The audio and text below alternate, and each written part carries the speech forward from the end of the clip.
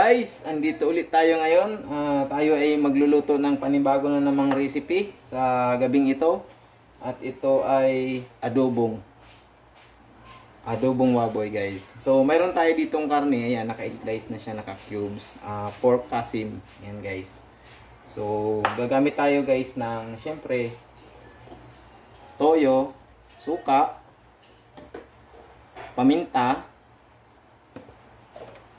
dahon ng laurel,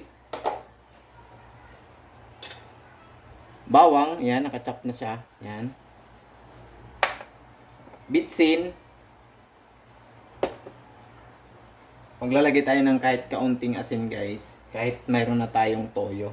So, maglalagay din tayo ng kahit kaunting asukal guys, brown sugar. Tsaka kaunting ketchup. Pangkulay lang guys sa ating adobo guys. At syempre tubig maglalagay tayo. Alalay sa pagpapalambot guys.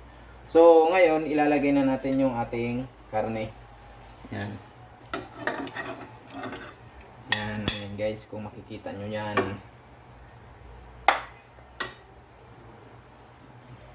Ilalagay na natin yung ating bawang.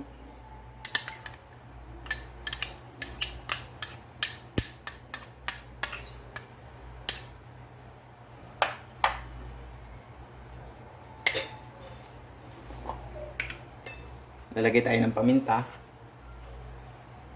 Guys.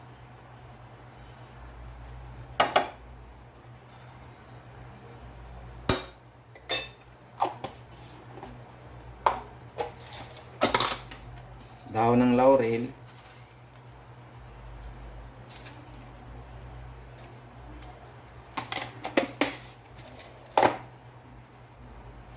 Maglalagay tayo kahit kaunting asin guys. Ito mga ganito lang guys.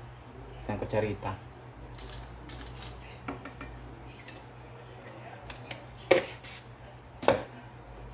Siyempre lalagyan natin ng toyo.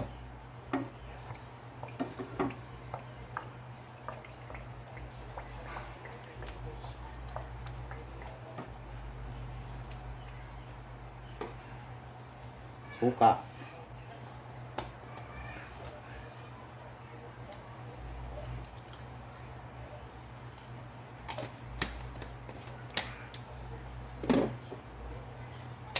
Bitsin.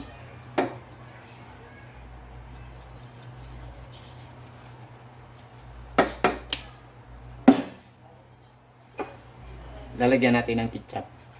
Kahit kaunti lang.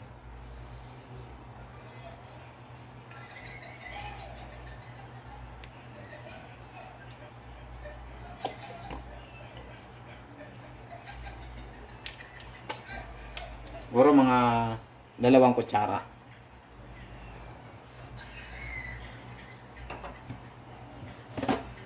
Tsaka maglalagay tayo ng asukal. So ayan lang, ganyan lang kadami. Ayan guys.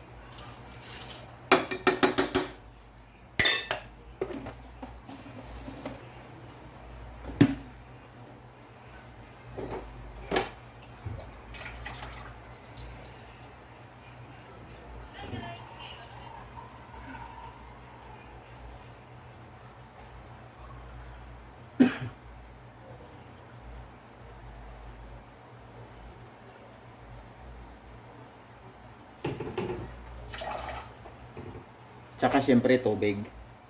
Alalay natin sa pagpapalambot. Yan guys. Mag-adjust na lang tayo mamaya pag medyo matigas pa yung karne. Mag-adjust na lang tayo sa tubig at the same time sa timpla guys. So since nalagay ko na yung mga ingredients natin guys. So sisindihan na natin yung ating apoy.